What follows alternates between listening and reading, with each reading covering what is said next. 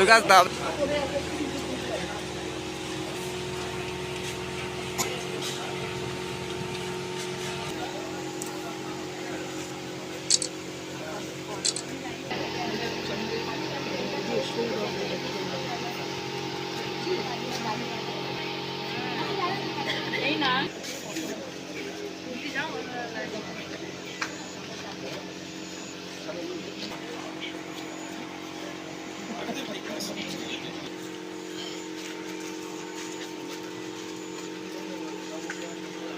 আমি বুঝলাম, কিন্তু এ নিয়ে আমার অসুবিধা হবে না তো?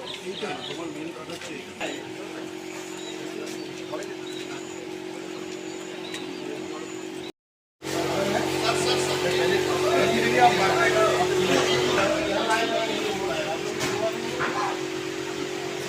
महिला का है इनका, महिला भी छोड़ो ना,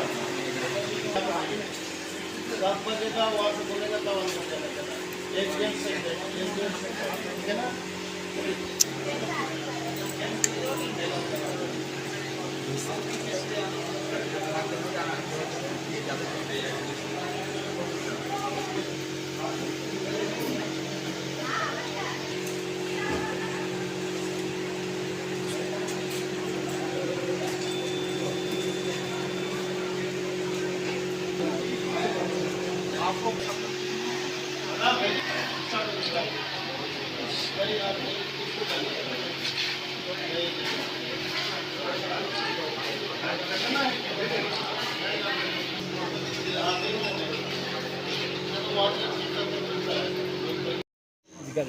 বিকাশ হাত পিছাও।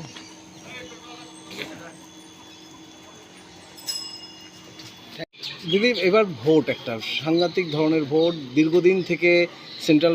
সাংঘাতিক ভোট, আপনার এই শব্দটায় আমার আপত্তি আছে। ভোটটা গণতান্ত্রিক পদ্ধতিতে একটা ভোট নির্বাচন। হ্যাঁ, এবারে সেন্ট্রাল বাহিনী এসছে বাংলায়, এবং সেন্ট্রাল বাহিনী বেশ কয়েকদিন ধরে সব জায়গায় মার্চ করছে। আমার মনে হয় এটা শান্তিপূর্ণ ভোট আশা করছি, কারণ বাংলায় এর অতীতে বেশ কয়েকবার নির্বাচন অসম্ভব অশান্তির মধ্যে হয়েছে। সেই হিসেবে হয়তো এবারে আশা রাখবো যে অনেক শান্তিপূর্ণভাবেই হবে। এটাকে সেন্ট্রাল বাহিনী আসার জন্য এতটা আশা রাখছেন? দেখুন, বাংলার যে অবস্থাটা, ল অ্যান্ড অর্ডারের যে অবস্থাটা সৃষ্টি হয়েছে, সেইখানে দাঁড়িয়ে কিন্তু মানুষের স্থানীয় পুলিশ বাহিনীর উপরে আস্থা মানুষ হারাচ্ছে। সেন্ট্রাল বাহিনীর দ্বারা ভোট করা মানে বোঝাই যাচ্ছে যে বাংলার ল অ্যান্ড অর্ডার অবস্থা ঠিক নয়। কিন্তু সেন্ট্রাল বাহিনী অন্য রাজ্যেও ভোট করেছে। আমি কিছুদিন আগে কেরলে ভোট করে এসেছি, সেখানে কিন্তু এইরকমভাবে সেন্ট্রাল বাহিনীর মোতায়েন আমরা দেখি। কাজে বাংলা একটা স্পেশাল কেস হিসেবে আমরা মনে করছি যে এবারে শান্তিপূর্ণ ভোটটা হবে। কিন্তু মুর্শিদাবাদ এবং মালদায় এবার যথেষ্ট ভালো রেজাল্ট করবে কংগ্রেস, তুলনামূলক যথেষ্ট ভালো রেজাল্ট করবে। সেই জায়গায় দাঁড়িয়ে আগামী দিনে প্রেক্ষাপট কি হতে চলেছে আপনার রাজ্যে কংগ্রেস ফিরে আসার?